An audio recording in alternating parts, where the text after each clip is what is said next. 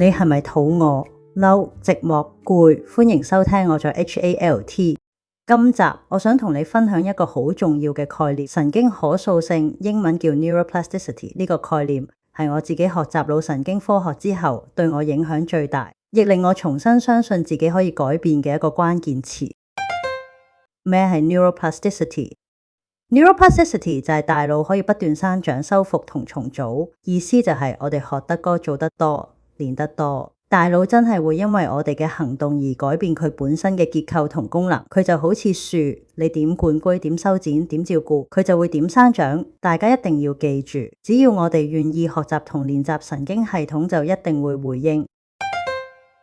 大腦點樣成長？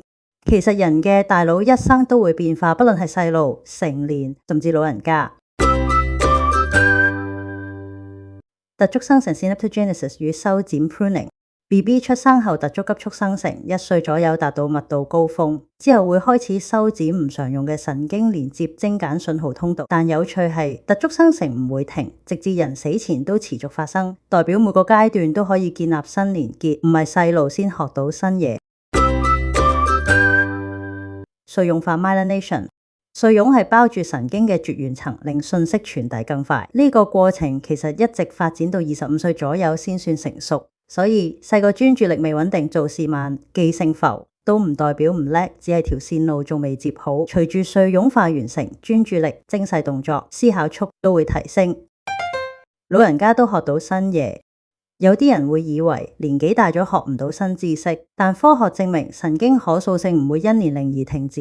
西班牙有位婆婆叫 Concha Garcia Serra，70幾歲先學識用 Microsoft 小畫家畫畫，畫出嚟嘅風景畫細緻得好似油畫。佢畫咗之後仲開咗個 Instagram， 而家有超過30萬 followers， 真係靚到連專業畫家都讚佢，證明咗大腦就算老咗都有學習能力，神經可塑性係終身存在。突觸生成 synaptogenesis 會持續到人死為止，所以唔好再信啲你讀書唔得就一世唔得呢啲舊思維。基因唔係句號，只係起點，只要肯學，環境幫你，方法啱你，你個腦一定會俾你驚喜。千祈唔好睇小自己同埋神經可塑性 neuroplasticity 嘅力量。你唔係天生唔掂，只係未練熟。neuroplasticity 係大自然俾我哋學習、轉變、突破嘅能力，佢唔會隨年齡而消失，只會隨行動而活化。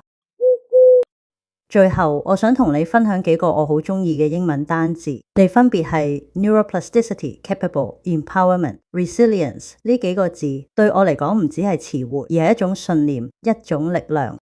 今集我先同大家分享咗 neuroplasticity 呢個字，提醒我大腦可以改變，我都有能力學習同適應，唔需要被過去框死。遲啲我會再逐個介紹其餘幾個字。點解 capable 我做得到？ empowerment 我有選擇權，同 resilience 復原力我可以捱過嚟，對我嚟講咁有意義。希望你聽完都會揾到屬於你自己嘅力量。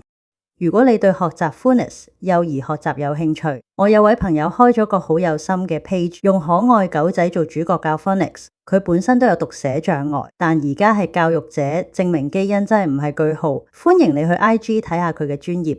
多謝你收聽我在 HALT， 下集見。如果仲有下集嘅話。